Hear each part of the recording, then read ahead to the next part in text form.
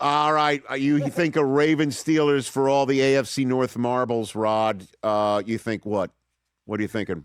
I mean, first of all, let's give praise to the National Football League and the higher ups, whoever made this decision to move back some of the divisional games till later in the year. Because before it was beginning of the year, and then they would kind of move them all over the place. But having them at the end of the year has just made it more intriguing. And I mean, this is winner take all.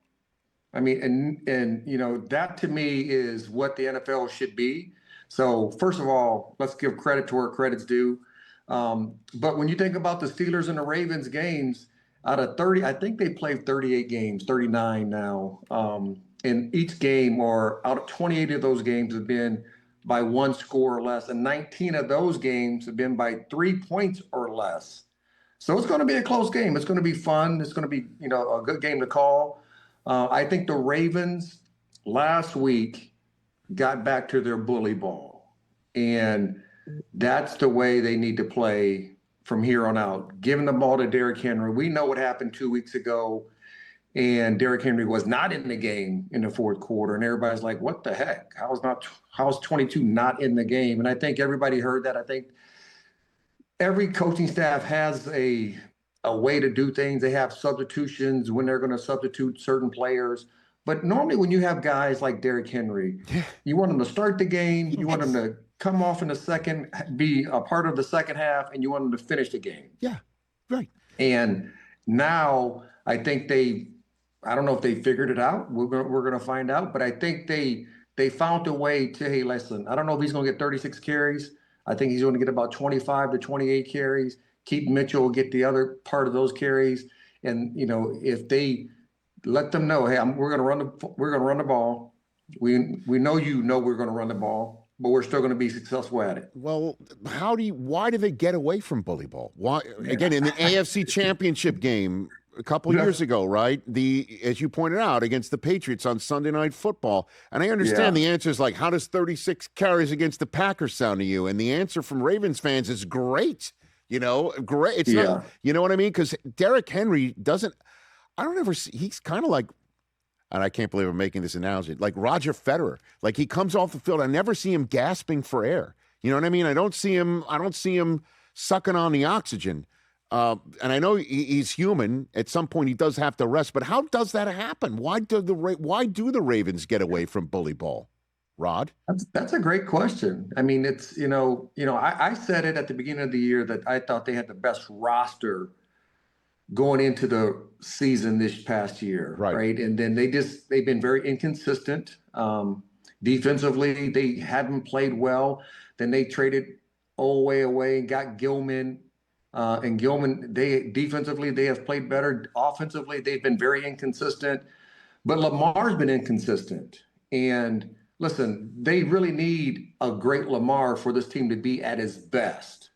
When they have a great Lamar and a Derrick Henry and a tough physical defense, then that's the best version of the Ravens that you can find. Now, I don't know if Lamar is going to play this week, but I think Tyler Huntley, I think the one thing that he has taught the Ravens, and I'm glad that Tyler Huntley called John Harbaugh in the offseason and said, hey, I want to come back on the roster. And they put him back on, and they got him back on the roster because he knows how to win, and he knows how to play in that system. He looks at his first read, he looks at his second read, and if he doesn't like either one of those, he's gone. And that's what Lamar used to do. And Huntley has done it extremely efficient since a couple games that he's played this year. And this past week, he looked like a young Lamar. Quick intermediate throws, and when he didn't like what he saw, got first downs with his feet. Well, why isn't the genuine article Lamar, right? Like what is up? And I'm sure you heard about the column that was in the Baltimore Sun this week too, Rod, just putting out there his practice habits, his eating habits. Again, I mean, the same thing that cropped up his last time he had a contract that was up in the air. We're hearing the same thing. I mean, where do you stand on the subject of 8 here? I don't, Rod. First of all, I don't even know how they got that information, that personal information. I mean, his eating habits. Gosh, Rich, when I played, I used to eat Little Debbie Swiss rolls. like all the time. Like what? Like I get it where these players are saying they're putting better things in their bodies and they're trying to be machines. They're still human beings, right? Now, I would say this. He's a young Lamar. He's still young. Heck, when I was young, we went out, we were out and doing things. People didn't know it because, they didn't have social media, didn't have cell phones and all that stuff. It happens. But to be the best, and he's played well with that. Listen, he was a 2-time MVP and should have been the MVP last year. All right. Mm-hmm. Arguably, he should have been the MVP last year. So he could have been a 3-time MVP. And he's been staying up late and eating bad food. And he was still playing at a very high level. This year, he's been injured. And I know he's been injured in the last several years. But I think it's not just the injuries. I think it's more up here. I think it's more mental. Like, does he trust his offensive line? Does he trust every person he's throwing the ball to? Because he's kind of gotten back to throwing the ball to Zay Flowers and Mark Andrews. And he has other weapons. And he needs to use those. And he needs to believe in those guys. He needs to believe in his offensive line. And I think if he does play and he is the best version of himself, I don't know if the Steelers can beat him because I think the Ravens do have a little bit better roster.